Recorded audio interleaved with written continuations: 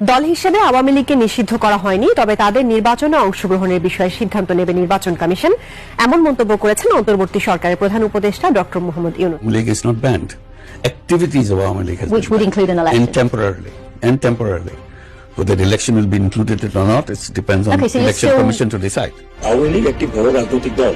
আমি ওনাদেরকে আশা দিচ্ছি, কথা দিচ্ছি যে আপনারা দল গুছিয়ে নেন, আপনাদের দলকে থেকে ব্যান করেন। পলিটিক্যাল পার্টিকে আপনি কলমের খোঁচায় নিষিদ্ধ করা, সেটা আমি কখনোই সমর্থন করি। হঠাৎ করে 5-6 জন দল লোক এসে দল করলো আর আওয়ামী লীগ হয়ে গেলো, তা তো না। আওয়ামী লীগ 3 পুরুষের দল। এই দেশে আওয়ামী লীগের অনেক সমর্থক আছে এখন পর্যন্ত। আমি আওয়ামী লীগ নিষিদ্ধ করার পক্ষে না। আগামী নির্বাচনে আওয়ামী লীগের অংশগ্রহণ নিয়ে চলছে আলোচনা। ডক্টর ইউনূস ও সাবেক ষষ্ঠ উপদেষ্টা জানিয়েছেন, দলটির নির্বাচনে অংশগ্রহণে কোনো প্রকার আইনি বাধা নেই, বিষয়টি পুরোপুরি নির্বাচন কমিশনের উপর নির্ভরশীল। আওয়ামী লীগ পতনের আগের দিন পর্যন্ত জামাতকে নিষিদ্ধ করেছে, তো জামাতের কি ডাবল প্রমোশন হয় নাই? তাতে আওয়ামী লীগ আগে 2বার নিষিদ্ধ হয়েছে, সেটার প্রতিফলন তারা পায় নাই, সিম্পেথি পায় নাই।